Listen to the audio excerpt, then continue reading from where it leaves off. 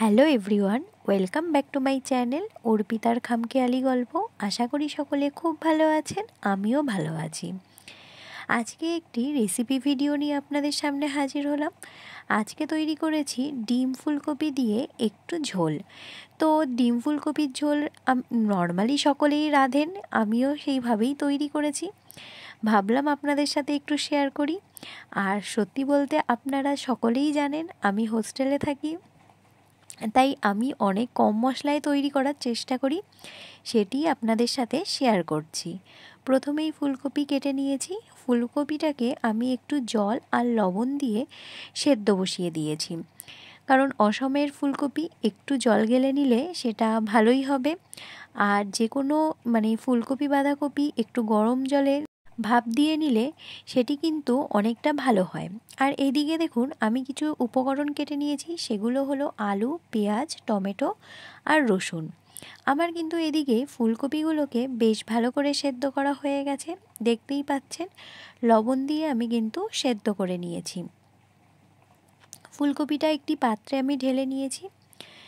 এবার দিয়ে দেব সরিষার তেল। সরিষার তেলকে ভালো করে গরম করে নেব। তেল গরম হতে থাকুক, সেই ফাঁকে আমি একটু কাজ করে নিই। এখানে নুন আর হলুদ গুঁড়ো নিয়ে নিয়েছি। ডিম আর আমি যে সেদ্ধ করে রেখেছি ফুলকপি, তাতে আমি বেশ ভালো করে নুন আর হলুদটা মাখিয়ে নিচ্ছি। যখন আমি ডিম আর ফুলকপিটা হালকা ভেজে নেব, তখন যেন আমার কোনো সমস্যা না হয়।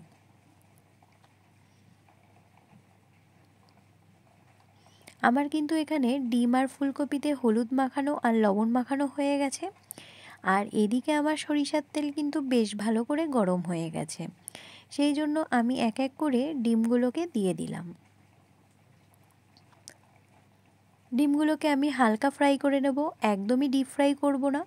কিন্তু আপনারা যদি চান এখানে কিন্তু ডিমগুলোকে ডিপ ফ্রাই করতে পারেন। আমি পার্সোনালি ডিপ ফ্রাই করা পছন্দ করি না, এই জন্য আমি হালকা ফ্রাই করে নিয়েছি। ডিমগুলো একটি পাত্রে তুলে রাখলাম। একই তেলে আমি ফুলকপিগুলোকেও হালকা ফ্রাই করে নেব।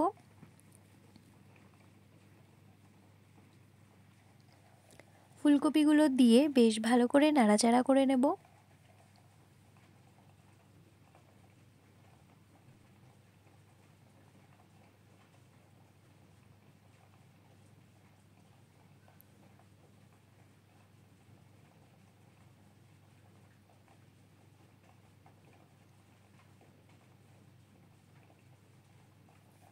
এখানে কিন্তু ফুলকপিগুলোও আমার ফ্রাই করা হয়ে গেছে।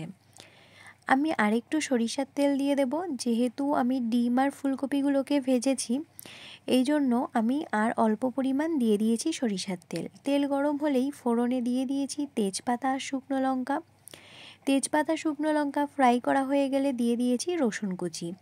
এখানে চাইলে কিন্তু আপনারা রসুনগুলোকে গ্রেট করেও নিতে পারেন, আমি এখানে রসুনগুলো কুচি করে নিয়েছি।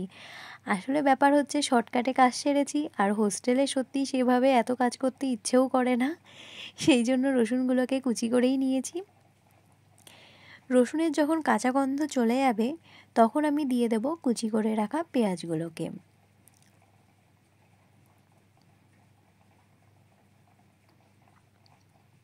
রসুনগুলো দেখুন আমি ফ্রাই করে নিয়েছি। এবার দিয়ে দেব পেঁয়াজগুলোকে।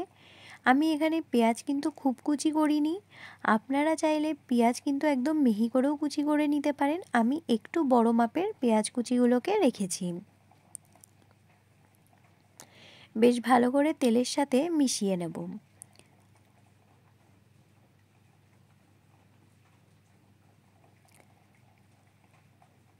এই পর্যায়ে অবধি যে সকল বন্ধুরা আমার ভিডিওটি কন্টিনিউ করছেন, প্লিজ একটি লাইক দিয়ে ভিডিওটি কন্টিনিউ করবেন। প্রতিবারের মতো এবারও বলছি, আপনাদের একটি লাইক কিন্তু আমার কাছে অনেক গুরুত্বপূর্ণ। তো চলুন এবার রান্নায় যাওয়া যাক। দেখুন পেঁয়াজগুলো যখন আমি মাঝারি ফ্রাই করে নিয়েছি, তখন তার মধ্যে আমি বেশ কিছু গুঁড়ো মশলা ইউজ করব। যেমন আমাদের হাতের কাছে থাকাই কিছু মশলা: হলুদ গুঁড়ো, জিরে গুঁড়ো, ধনে গুঁড়ো আর লঙ্কার গুঁড়ো। আমি প্রতি রান্নায় কিন্তু নর্মালি এই 3-4টে মশলাই ব্যবহার করি। এর আগে আমি একটি ভিডিওতে বলেছি, যেহেতু আমি হোস্টেলে থাকি, খুব বেশি মশলা আমার ব্যবহার করা পসিবল হয় না, সেই জন্য এই কম উপকরণ ব্যবহার করেই একটু রান্না করার চেষ্টা করি, যেন নিজেরাও একটু ভালো করে খেতে পারি। তো যাই হোক, সমস্ত মশলাগুলো দেওয়া হয়ে গেছে। এবার পুরো উপকরণগুলোকে আমার খুব ভালো করে মিক্সড করে নিতে হবে। আমার মতো যারা হোস্টেলে থাকেন তারা কিন্তু বুঝতে পারবেন খাবারের কষ্টটা কতটা। তো সেক্ষেত্রে একটু নিজেরা করে নিতে পারলে কিন্তু বেশ ভালো লাগে। এই পর্যায়ে চিড়ে রাখা কিছু কাঁচা লঙ্কা অ্যাড করেছি আর টমেটো অ্যাড করেছি। টমেটোটা, একটি টমেটো নিয়েছি, সেটিকে আমি 4 খণ্ড করে নিয়েছি। খুব ভালো করে মিক্সড করে নেব।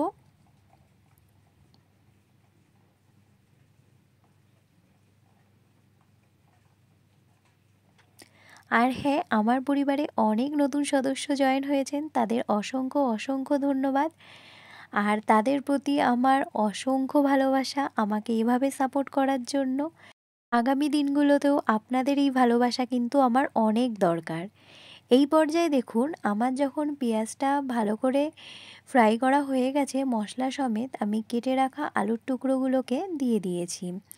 আলুর টুকরো সমেত মশলার উপকরণগুলোকে বেশ ভালো করে নাড়াচাড়া করে মিক্সড করে নিয়েছি আমি। বেশ ভালো করে কষতে দিয়ে দেব হচ্ছে স্বাদ মতো লবণ। এখানে কিন্তু আপনারা যে পরিমাণ ঝাল খাবেন সেই পরিমাণই লঙ্কা ব্যবহার করবেন। আমরা কিন্তু এখানে একটু লঙ্কা বেশি ব্যবহার করেছি, কারণ হচ্ছে আমাদের একটু ঝাল ঝাল খেতে ইচ্ছে করছিল, সেই জন্য আমরা লঙ্কার পরিমাণ একটু বেশি ব্যবহার করেছি। এই পর্যায়ে নুন খুব ভালো করে মিক্সড করে নিলাম। দেখুন, খুব ভালো করে আমার মশলাটা কিন্তু সমেত উপকরণগুলো কষানো হয়ে গেছে। এবার আমি দিয়ে দেব হচ্ছে পরিমাণ মতো জল। আমি যেই পরিমাণ ঝোল রাখবো সেই পরিমাণ জলই দিয়েছি, আপনারাও আপনাদের পরিমাণ মতো এখানে জল ব্যবহার করবেন। ব্যাস, এবার কি, এবার হচ্ছে ফুটতে দেওয়ার পালা। এবার হচ্ছে সমস্ত উপকরণগুলোকে বেশ ভালো করে ফুটিয়ে নেব, তারপর পরবর্তী রান্নার উপকরণ আমি ব্যবহার করব। আর হ্যাঁ, যে সকল বন্ধুরা আমাকে অনেক ভালো ভালো কমেন্ট করেন, সত্যি বলতে আপনাদের কমেন্টগুলো কিন্তু আমার অনেক ভালো লাগে। আর হয়তো আমি সবার কমেন্টের রিপ্লাই দিতে পারি না, কিন্তু সবার কমেন্টই কিন্তু আমি পড়ি। আর সত্যি বলতে আপনাদের এই কমেন্ট পড়েই কিন্তু আমার বেশ ভালো লাগে। আর আমি মনে করি, হ্যাঁ, আমাকে আজকে ভিডিও দিতে হবে। একটা আলাদা সম্পর্কই তৈরি হয়ে গেছে সত্যি বলতে। আর সকলকে অসংখ্য ধন্যবাদ এত ভালো ভালো কমেন্ট করার জন্য। দেখুন, এই পর্যায়ে কিন্তু আমার বেশ ভালো করে ঝোলটা ফুটে উঠেছে।